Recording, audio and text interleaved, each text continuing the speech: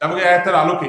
সারা বিশ্বের সব উলামা ইকরাম মুফাসসিরুন একমত যে এটা নারী পুরুষ সকলের জন্য প্রযোজ্য, কিন্তু আলাদা করে নারীদের কথা বলা হয়েছে কারণ আমাদের সমাজে এখনো পর্যন্ত আমরা এই তথাকথিত আধুনিক বিশ্বেও আমরা দেখতে পাই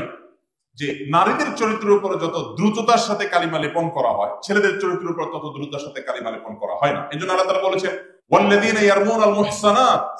কোন সতী সাধবী নারীকে যদি তার চরিত্র খারাপ এরকম কোন উক্তি কেউ করে, বাজে মন্তব্য কেউ করে, সুম্মা লাম ইয়াতু বিআরবাআতি শুহাদা, এরপর যদি 4 জন সাক্ষী সে উপস্থিত করতে না পারে, অপারগ হয়, অর্থাৎ যদি প্রমাণ করতে না পারে, তাহলে ফাজলিদুহুম 80 জালদাহ, ইসলামী দণ্ডবিধিতে, ইসলামিক বিচার ব্যবস্থায় ওই লোককে 80 বেত্রাঘাত করার নির্দেশ আল্লাহ তাআলা করেছেন। শুধু তাই নয়, কোরআন কারীমে আল্লাহ তাআলা আরো বলেছেন